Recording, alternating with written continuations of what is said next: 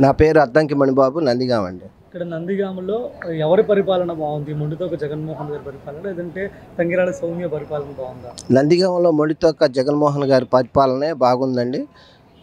ప్రభుత్వం వచ్చిన 58 సంవత్సరాల్లో కూడా అవ్వాతాతలకి నేరుగా ఇంటి దగ్గరే పెన్షన్ అందించిన ఘనత వైఎస్ జగన్మోహన్ రెడ్డి గారిది. అదే విధముగా పార్టీలు చూడకుండా, కులాలు చూడకుండా, మతాలు చూడకుండా, ప్రాంతీయ విభేదాలు చూడకుండా అర్హులైన అందరికీ జగనన్న సంక్షేమ పథకాలను నేరుగా గుమ్మం వద్దకు తీసుకెళ్లిన ఘనత మా నందిగామ నియోజకవర్గంలో మా ఎమ్మెల్యే గారిదండి. అందువల్ల ఇప్పుడు జరగబోయే ఎన్నికల్లో కూడా భారీ మెజార్టీతో మా మొండితోక బ్రదర్స్ చేసిన కష్టానికి ప్రతిఫలంగా ఈ నియోజకవర్గ ప్రజలు మరలా ఓటు ద్వారా మొండితోక డాక్టర్ గారైనటువంటి మొండితోక జగన్మోహన్ గారిని గెలిపించుకోవటానికి ఈ నియోజకవర్గ ప్రజలందరూ సిద్ధంగా ఉన్నారు. ఈ నందిగామ నియోజకవర్గ ప్రజలకు కావాల్సింది ఒకటేనండి, అభివృద్ధి, అదేవిధంగా భద్రత, భరోసా. పెత్తందారుల పాలన పోయి జవాబుదారు పాలన తీసుకొచ్చారు నందిగామ నియోజకవర్గంలో మొండితోక బ్రదర్స్. అదేవిధంగా అభివృద్ధిలో చూసుకుంటే గత పాలకులు తెలుగుదేశం కావచ్చు, కాంగ్రెస్ కావచ్చు, కమ్యూనిస్టులు కావచ్చు, ఎవరైనా కావచ్చు, అంతకుముందున్న ఎమ్మెల్యేల కన్నా సమర్థవంతంగా ఈ నందిగాన్ని రాష్ట్రంలోనే ప్రథమంగా నిలబెట్టిన ఘనత మన మొండితోక బ్రదర్స్ది. నిరంతరం ప్రజల్లోనే ఉంటూ నిరంతరం ప్రజాసేవకే మరి కంకణం కట్టుకొని ప్రజాసేవ చేస్తున్న మహోన్నతమైన వ్యక్తులు మొండితోక బ్రదర్స్. వీరు చేసే అభివృద్ధి పనులు ఈ నియోజకవర్గంలో ప్రజలకి అనేక విధాలుగా అభివృద్ధి పదంలో నడుపుతూ ఎస్సీ, ఎస్టీ, బీసీ, మైనార్టీ, అగ్రవర్ణ పేదవారి జీవితాల్లో మరి వెలుగులు నింపి వారి గుండెల్లో స్థిరస్థాయిగా ఉన్నది మా మొండితోక బ్రదర్సేనండి. ఇప్పుడు ఈ నందిగామ నియోజకవర్గంలో 3 కొట్టాలతో వస్తున్నారు.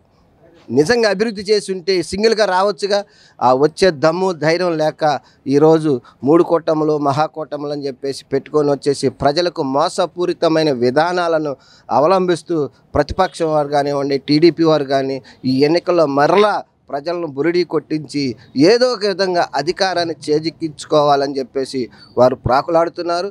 వారు చేసే ఈ ప్రాకులాడుతనాన్ని ఈ నందిగామ నియోజకవర్గంలో గుర్తించారు. రాబోయే రోజుల్లో రేపు జరగబోయే ఎన్నికల్లో మొండితోక బ్రదర్స్కి పట్టం కట్టడానికి ఈ నియోజకవర్గ ప్రజలు సిద్ధంగా ఉన్నారు. అంటే మొండితోక బ్రదర్స్ జగన్ గారు ఒక్క ఛాన్స్ వల్ల ఇక్కడ అధికారంలోకి వచ్చారు తప్ప వాళ్ళకి ఇక్కడ ఎలాంటి గెలుపు అవకాశాలు లేవు, ఎన్నికల్లో ఖచ్చితంగా ఓడిపోబోతున్నారని వాళ్ళకి ప్రత్యర్థిగా ఉన్న తంగిరాల సౌమ్య అంటున్నారు. ఎంతవరకు వాస్తవ పరిస్థితులు ఎలా ఉన్నాయి? ఒక్క ఛాన్స్ కాదండి, ప్రజలు నీకు ఒక ఛాన్స్ ఇచ్చారు.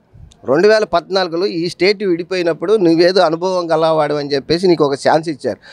కానీ ఈ రాష్ట్రం మొత్తాన్ని తాకట్టు పెట్టి సింగపూర్కి తాకట్టు పెట్టేసి అనేక హామీలు 600 హామీలు ఇచ్చిన చంద్రబాబు నాయుడు ఆ హామీలందరినీ అన్నిటినీ టీడీపీ వెబ్సైట్ నుంచి తీసేశాడు. ఎందుకు తీసేశాడు? ఇప్పుడు పట్టుకొని రావచ్చు కదా. మా జగన్మోహన్ రెడ్డి 2014, 19, 24 మేనిఫెస్టో, ఇప్పుడు మేనిఫెస్టోని తీసుకొని ప్రజల వద్దకు వచ్చేసి నిరాంతంగా చూపించేసి మీకు అభివృద్ధి చేస్తే నాకు ఓటేయండి అని అడిగే దమ్ము ధైర్యం జగన్మోహన్ రెడ్డి గారికి స్టేట్ వైడ్గా ఉంది. ఈ నియోజకవర్గంలో మొండితోక బ్రదర్స్కే ఉంది. మీరు ఆ విధంగా ఎందుకు రాలేకపోతున్నారు? 2014, 19 మేనిఫెస్టోని ఏం చేశారు? సింగపూర్కి తాకట్టు పెట్టారా? ఆ విధంగానే ఇప్పుడు ఇచ్చే హామీలు ఏంటి? ఆ రోజు 650 హామీలు ఇచ్చేసి ఇవ్వలేదు. సూపర్ 6, సూపర్ 7 అది ఇది అని చెప్పేసి ఈ ప్రజలను మాయపుచ్చడానికి పెట్టడమే. ఆ రోజు జగనన్న చేసినటువంటి సంక్షేమ పథకాల వల్ల సింగపూర్ అయిపోద్ది, శ్రీలంక అయిపోద్దని చెప్పిన నీవు అంతకన్నా హామీలు ఇస్తానని చెప్తే మరి నువ్వేం చేస్తావు? సింగపూర్ చేస్తావా? ఇలా రాష్ట్ర ప్రజలందరూ గుర్తుంచుకోవాల్సింది ఒకటేనండి, మనకు అభివృద్ధి జరిగింది. ఆ అభివృద్ధి సంక్షేమం ధ్యేయంగా పనిచేసే వ్యక్తికే పట్టం కడతారు. కానీ మోసపూరిత మాటలు, మాయ మాటలు చెప్పే వాళ్ళకి ఈ రాష్ట్ర ప్రజలు కానీ ఈ నియోజకవర్గ ప్రజలు కానీ నమ్మరండి. గతంలో కూడా ప్రజల నుంచి వచ్చిన party YCP party. Chandrababu Naidu గారు ఆ రోజు ఎన్టీ రామారావుని వెన్నుపోటు పొడిచి అధికారంలోకి వచ్చాడు.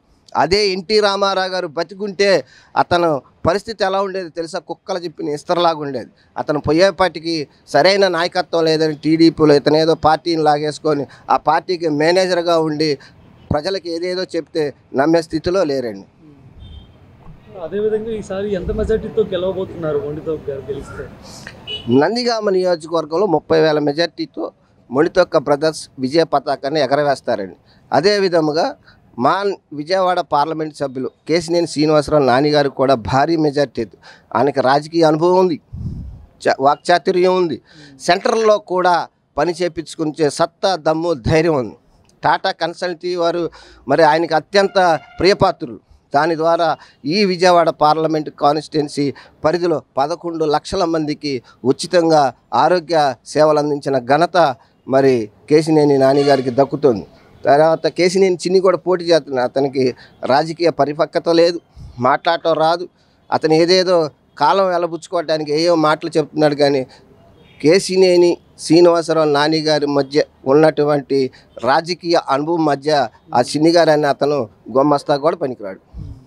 ఇక్కడ వీళ్ళిద్దరూ కూడా ఎమ్మెల్యే గారు కానీ ఎమ్మెల్సీ గారు కానీ తునితోక బ్రదర్స్ అవినీతి పరిపాలన జరుగుతుంది అని చెప్తున్నారు. అంతవరకు నిజమా?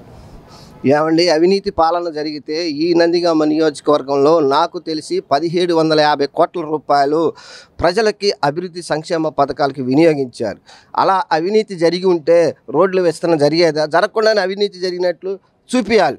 రోడ్లు విస్తరణ జరగకుండా రోడ్లు విస్తరణ చేశాను, డ్రైనేజ్ జరగకుండా డ్రైనేజ్ చేశాను, వాక్వే ఒక మురికాల మీద వాక్వే వేశారు. ఈ అభివృద్ధి పనులు జరగకుండానే జరిగిందని చెప్పాలి. అభివృద్ధి అంతా కళ్ళు మూసుకున్న వాళ్ళకి ఏం తెలుస్తుందండి? పచ్చకాయలోకి లోకం అంతా పచ్చగా ఉంటుంది. కానీ అభివృద్ధి చేసే వాళ్ళని చేయనీయకుండా వాళ్ళు చేయరు. అక్కడ టీడీపీ ప్రభుత్వం వస్తే బడాబాబుల చేతిలో ఉంటుంది ఆధిపత్యం అంతా. ఎక్కడికో పోవాలి, ఎక్కడికో పోయి రికమెండేషన్ చేయించుకొని వస్తే ఇక్కడ పనేది. కానీ ఇక్కడ అలా లేదండి. అందుకోసం ఏంటంటే మొండితోక బ్రదర్స్ మీద కావాలని చెప్పేసి అభండాలు వేస్తున్నారు. ప్రజలు నమ్మే స్థితిలో అయితే లేరు. సార్, అదేవిధంగా మీరు ఒక లాయర్గా పనిచేస్తున్నారు. సో ఇప్పుడు ల్యాండ్ టైటిలింగ్ యాక్ట్ గురించి పెద్ద ఎత్తున రాష్ట్ర వ్యాప్తంగా చర్చ నడుస్తుంది. అసలు ఈ ల్యాండ్ టైటిలింగ్ యాక్ట్ అంటే ఏంటి? ప్రతిపక్షాలు ఈ టైంలో ఎందుకు దీన్ని తెర మీదకి తీసుకొచ్చాయి? అసలు దీని ఉద్దేశం ఏంటి? అసలు ప్రతిపక్ష నాయకుడైనటువంటి చంద్రబాబుకి జగన్మోహన్ రెడ్డి గారి మీద ఎటువంటి అవినీతి మచ్చలేకుండా పాలన చేస్తూ ప్రజల హృదయాల్లో నిలబడ్డాడు.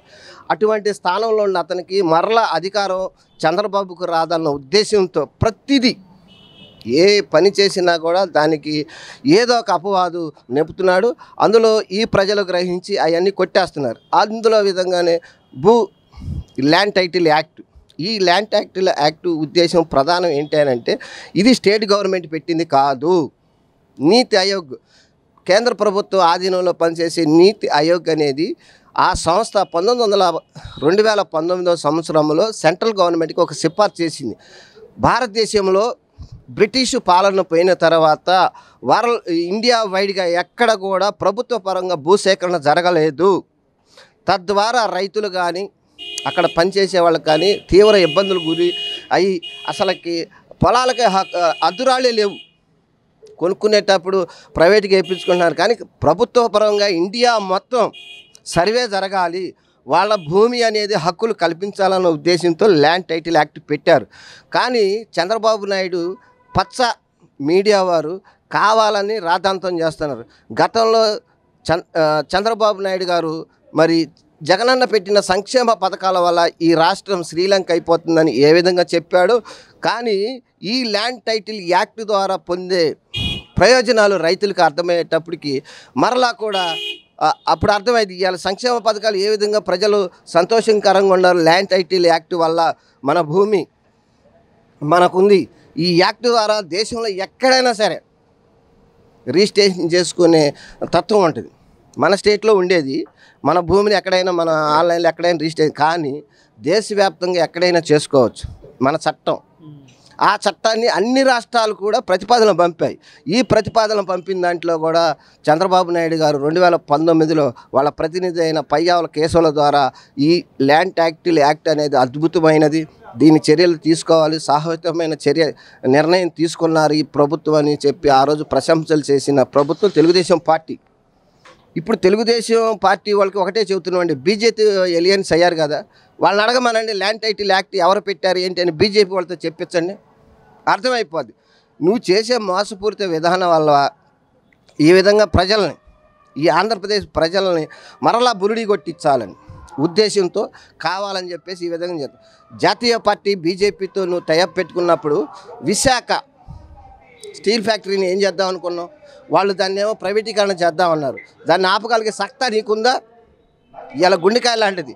పోలవరాన్ని ఏటీఎం లాగా వాడుకున్నానని చెప్పి ప్రధానమంత్రి సాక్షాత్తు ఈ ఆంధ్రప్రదేశ్ మీటింగ్లో చెప్పాడు.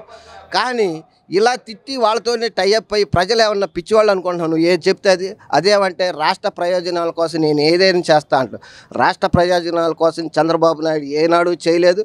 స్వార్థ ప్రయోజనాల కోసం తన పెత్తందారులు ఆధిపత్యం కోసమే మరలా అధికారంలోకి రావాలని చూస్తున్నాడు చంద్రబాబు నాయుడు. ల్యాండ్ యాక్టుల వల్ల జరగబోయే రోజుల్లో రైతులకు అర్థమైంది ఈ యాక్ట్ ఉద్దేశం ఏంటనేది.